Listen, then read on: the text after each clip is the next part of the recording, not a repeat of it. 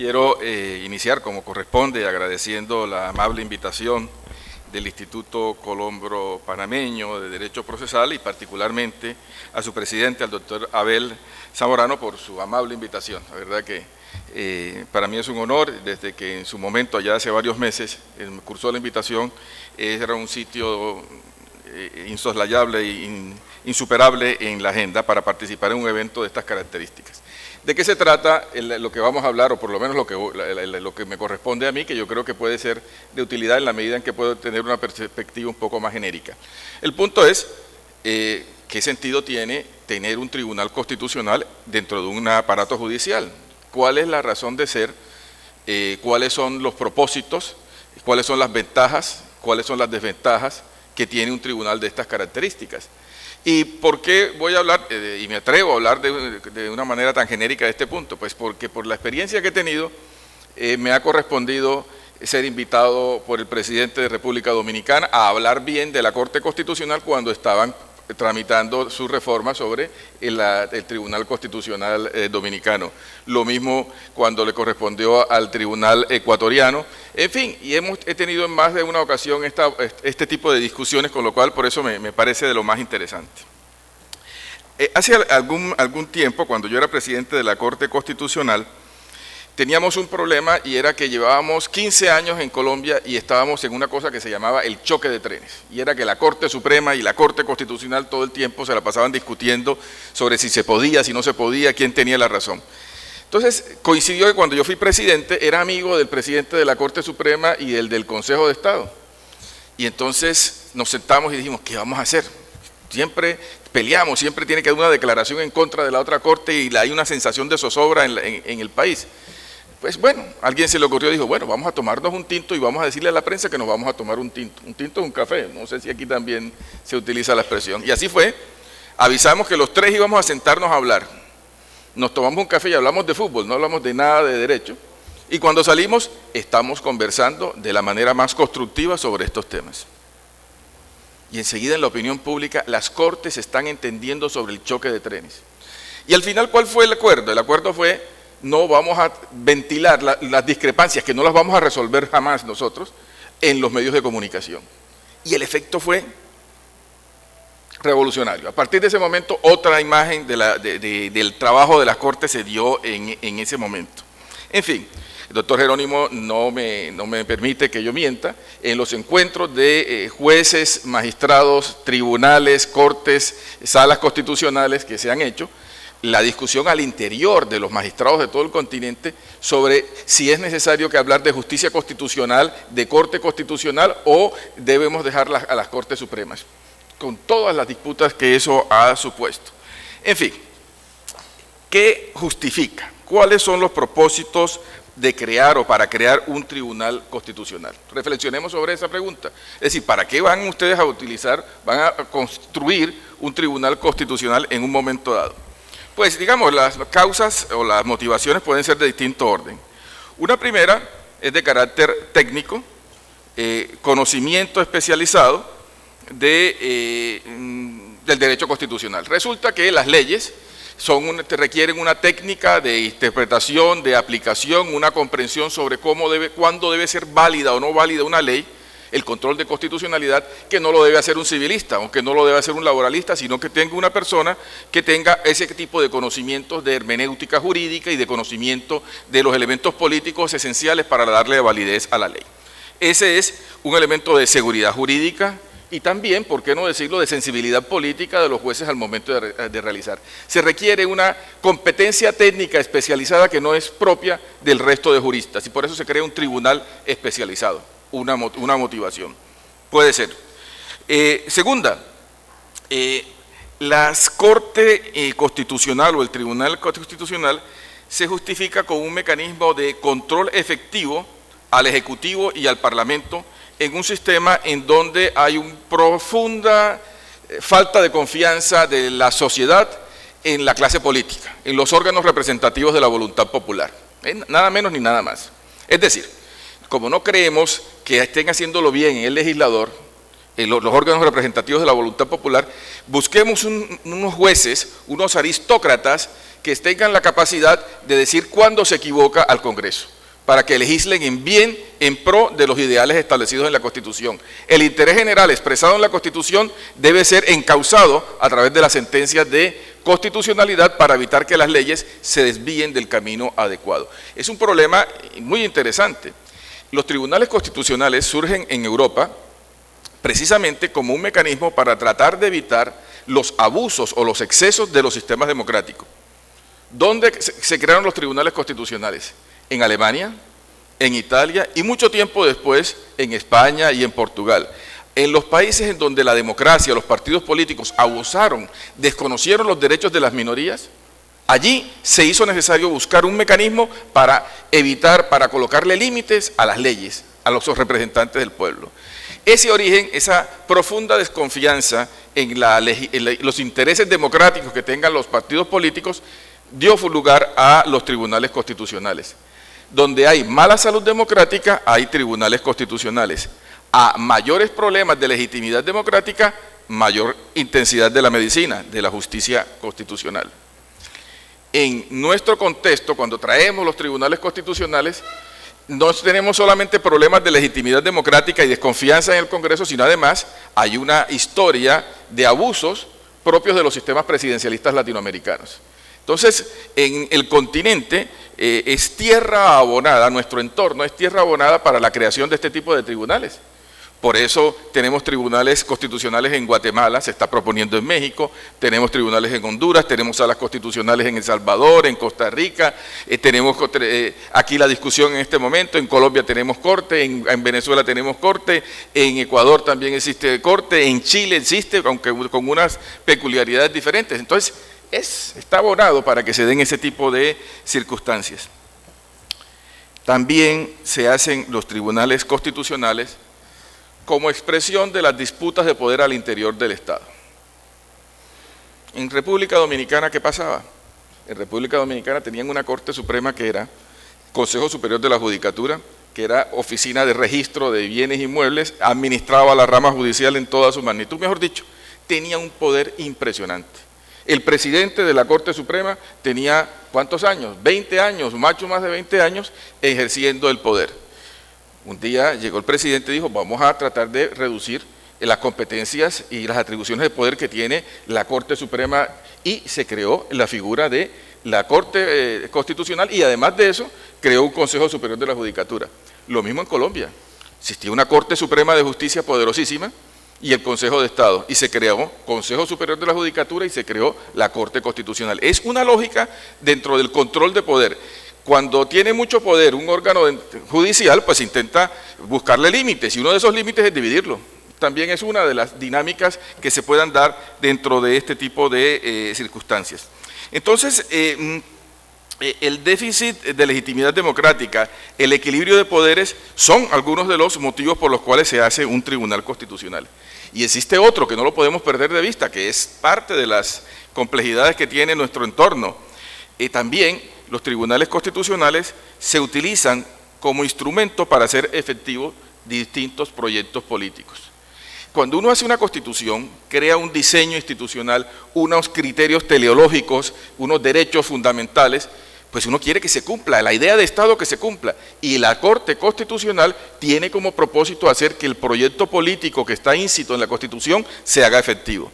Eso puede hacerse de una manera equilibrada, objetiva, cuando la Constitución es producto de un consenso de toda la sociedad, o si la Constitución lo hace un sector específico, con una ideología específica, la Corte termina siendo un instrumento de un proyecto político que no es el de todos los miembros de un país. Entonces, eso es bastante importante.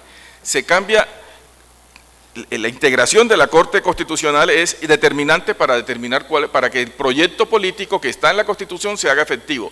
El problema es cuando el proyecto político que está en la Constitución no refleja la voluntad de todos los ciudadanos.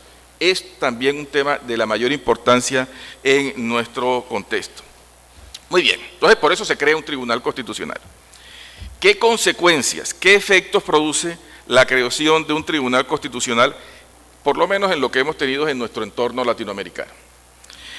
Bueno, sí, Colombia, choque de trenes, la expresión. En la creación, hay un sistema, hay un ajuste de las instituciones, se coloca una nueva institución y hay un desajuste institucional. Ese desajuste institucional genera choques, problemas, enfrentamientos entre las distintas jurisdicciones. Se ha dado. De una manera más dramática en unos países que en otros, pero se ha dado. Siempre porque es producto de los ajustes. Ahora, ese tipo de choques de trenes tienen en una primera etapa serios problemas en materia de opinión pública. Hay una sensación, la opinión pública tiene una percepción de caos, de enfrentamiento, pero ¿saben qué? Al final en todos los países, a pesar de que hay esa primera etapa de enfrentamientos, lo que existe es una mayor convivencia, un mayor entendimiento de lo que es un sistema democrático.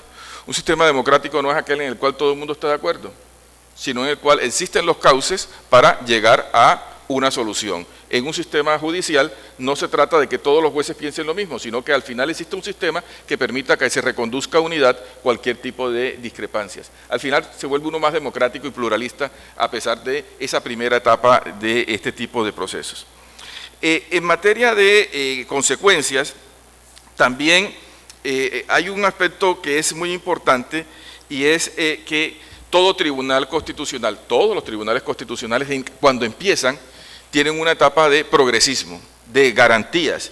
En ese sentido, los tribunales constitucionales siempre intentan lograr una mayor legitimación ante la opinión pública, dando una mayor alcance, desarrollo y protección en materia de derechos. Esa es una etapa que siempre sucede inicialmente cuando se crean este tipo de tribunales. Pero, recuerden, hay dos fuerzas que son las que mueven al ser humano: la emulación y la envidia. Y eso, desde la perspectiva institucional, hace que no solamente sea el Tribunal Constitucional quien tome la iniciativa en materia de derechos, sino que el resto de aparato judicial también intente y esté dentro de esa lógica, de ser más justos, como decían en la anterior mesa, hacer que las decisiones no solamente sean legales, sino que también sean justas. La prevalencia del derecho sustancial sobre el derecho formal, que es buena parte de las necesidades de los supuestos que se quieren superar con un tribunal constitucional. Los tribunales entonces intentan legitimarse y ese proceso de legitimación siempre es benéfico para el alcance y el desarrollo de los derechos de los ciudadanos. Y eso es importante en el sentido también de que se replantea la concepción formal del principio de legalidad. Esto es lo más importante. Normalmente un sistema jurídico anquilosado en donde llegan los jueces y los funcionarios y deslindan, diferencian, establecen un abismo entre lo que es el derecho y lo que es la justicia, lo que es la defensa de los derechos humanos. Esa separación, ese espacio se ve acortado con la creación de este tipo de principios y esencialmente se replantea el alcance del principio de legalidad. De una legalidad formal se empiezan a ensayar con criterios de legalidad teleológica y con criterios de legalidad material. La prevalencia del derecho sustancial sobre el procesal es de alguna manera lo que uno puede percibir de este tipo de fenómenos. Otra consecuencia de los tribunales constitucionales es la constitucionalización del derecho. Todas las áreas del derecho terminan teniendo que tener una coherencia con los valores y principios de la Constitución. No hay una separación entre el ideario de la Constitución y lo que le corresponde a un juez de derecho laboral, de un juez de derecho civil, a un juez de regulación económica. Todos deben tener una coherencia en cuanto al propósito de Estado. Todo el mundo se identifica en torno a un proyecto de sociedad establecidos en la Constitución. Eso es un elemento de la mayor importancia. La constitucionalización de todas las áreas del derecho es el primer gran fenómeno, y el segundo gran fenómeno es el de la internacionalización de la Constitución o la internacionalización del derecho constitucional. Esencialmente lo que aquí se señalaba. El país empieza a tener un diálogo más fluido con las fuentes del derecho internacional. Bloque de constitucionalidad, principio de asimilación de las fuentes del derecho internacional en el derecho interno, cómo utilizar la hermenéutica interna para también utilizar las fuentes del derecho internacional, es el pan de cada día cuando empiezan a desarrollarse ese tipo de mecanismos. Consecuencia de los tribunales constitucionales, hay algunas que yo no sé si calificarlas positivas o negativas. La doctora ahora nos estuvo hablando de esos principios inmanentes que pueden haber en una constitución. Una de las grandes dificultades es el empoderamiento de los tribunales constitucionales. La tesis que en la Constitución puede que no haya artículos que sean cláusulas pétreas en la Constitución, pero que hay unos temas que no pueden ser modificados. ¿Y quién dice que no se puede modificar? La Corte. En Colombia hay una tesis que es la de la sustitución de la Constitución, según la cual en Colombia se hace una reforma constitucional y la Corte dice cómo debe entenderse la reforma constitucional.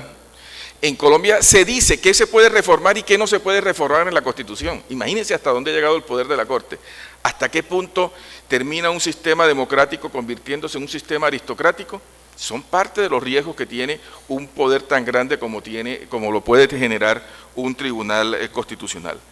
Las acciones, el diseño de la Corte es clave si se trata de una acción popular o si se trata de una acción de constitucionalidad que se la restringan a algunos ciudadanos. Cambia totalmente el asunto. ¿Cuándo se puede demandar una ley?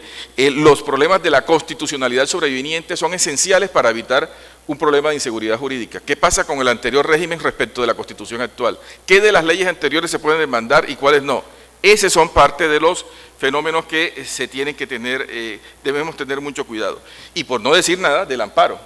El amparo constitucional es bastante esencial porque, entre otras cosas, la manera como se diseñan las competencias de amparo y el alcance de las competencias del Tribunal Constitucional sobre las sentencias de los demás órganos judiciales va a determinar efectivamente la buena relación que pueda existir al interior de la rama judicial. Mejor dicho, el diseño del amparo puede terminar desdibujando la lógica de la casación. ¿Cómo compatibilizar el amparo con la casación? Es uno de los grandes dolores de cabeza que existen en todos los tribunales constitucionales de nuestro entorno. Yo no sé cómo estoy de tiempo. Vale, 2 minuticos y concluyo. Entonces, las consecuencias de un tribunal constitucional. Sin duda alguna, yo creo que es benéfica en muchos aspectos, dinamiza, evoluciona la protección de los derechos fundamentales, de los derechos humanos, sin ninguna duda, cambia el statu quo. Un tribunal constitucional puede ser un instrumento de cambio y de statu quo. ¿Cuál es el efecto más importante de una constituyente? Cambiar la impresión, la actitud de todos nosotros frente al poder. La Constitución que signifique que todo el mundo considera que mediante ese instrumento se puede cambiar la sociedad y se puede hacer mucho mejor. Ese sentimiento psicológico es quizá el principal aporte de un tribunal de estas características. La Corte Constitucional, entonces, para concluir, es un buen invento, es una buena institución. Nuestros países son terreno abonado para el buen éxito de este tipo de instituciones, son efectivamente un control efectivo frente al sistema presidencial y frente al sistema parlamentario, cosa que hace que tenga todas las dificultades que aquí se están planteando. También tiene una serie de riesgos, una serie de peligros que hay que tener presente, pero todo depende de la manera como se vayan diseñando. Creo que quizá ha sido uno de los principales elementos para transformar el derecho. La idea con los tribunales constitucionales, por lo menos así ha sido la impresión que yo tengo de la experiencia colombiana, mi colega me corregirá, es que el derecho es un instrumento, es un medio que tiene que utilizar la sociedad, que tenemos que utilizar nosotros, los operadores jurídicos, para tratar de lograr los objetivos de bienestar general que se pretenden dentro de una sociedad. El derecho es un instrumento que es capaz de ser utilizado, dúctil, y de eso se trata un proceso constituyente y de eso se trata la utilización, la existencia de una Corte Constitucional. Muchísimas gracias.